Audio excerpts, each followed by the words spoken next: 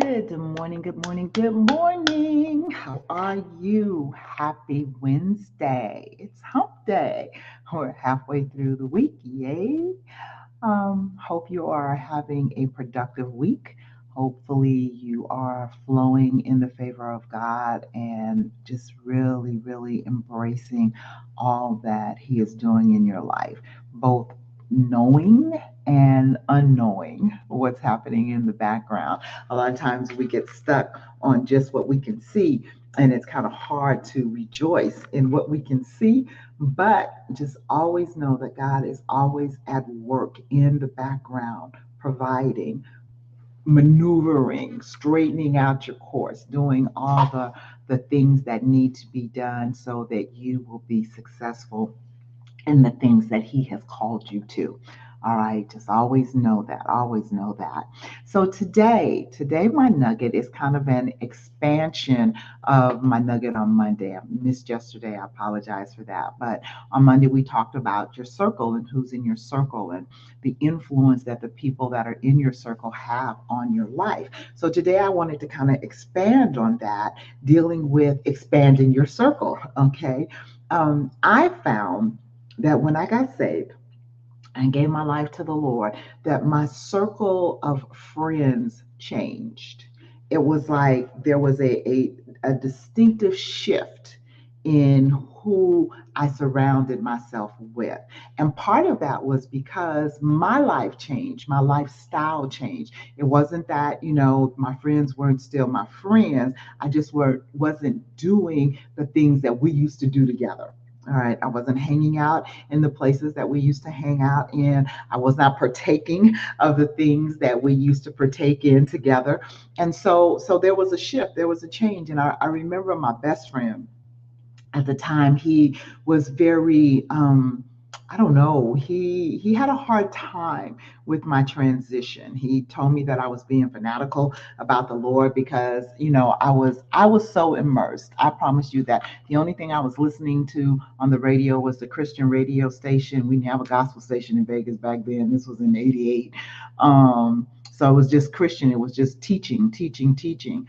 Only thing I was watching on television at that time was like TBN. That was the station then, because God had separated me to train me, to pour into me. But my friend didn't understand that at the time. He thought I was just shunning him, which was not true. It was like, hey, you, my dude. He would always be my best friend. But there was a transition period in my life that God had to separate me and pour into me. And I so appreciate that period of time. And I thought about it, I likened it to what He did for Saul as he was transitioning to Paul. All right. Remember, after his Damascus Road experience, then God took him away for 3 years and poured into him for 3 years before He released him back out to minister to His people. It wasn't just that he was blinded, his eyes were open, and he was out there preaching.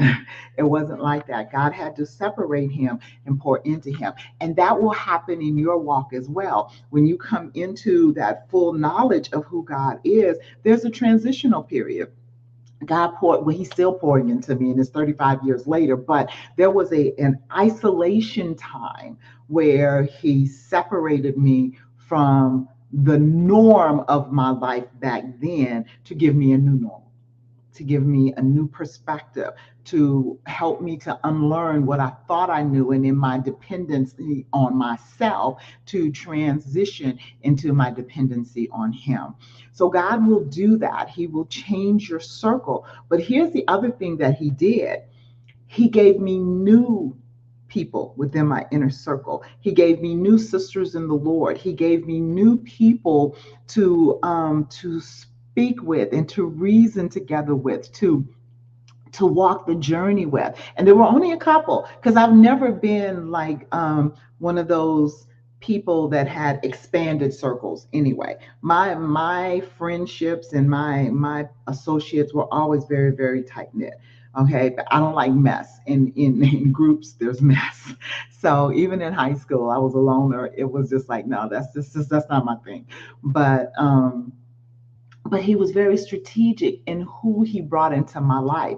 And one of those people who he immediately brought into my life back then is my best friend now, 35 years later. We've walked this journey together, through different stages of life, through different hardships, through different joys, through all of that, because he brought that person into my life at that appointed time for us to walk out life together.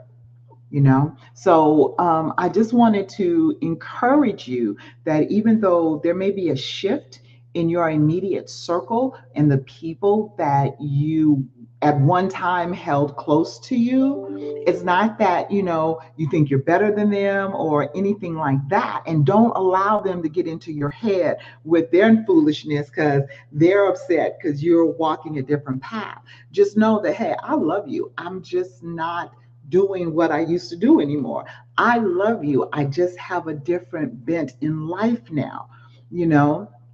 And I got to walk that out. And I promise you, if you stay true to who God has called you to be and the path that He has put you on, you will find out that you will make a difference in their lives.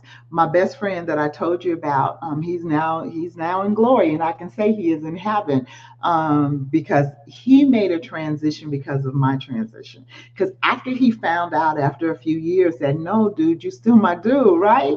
After he found that out, and I still, like, I didn't condemn him for his lifestyle. I didn't condemn him for his choices.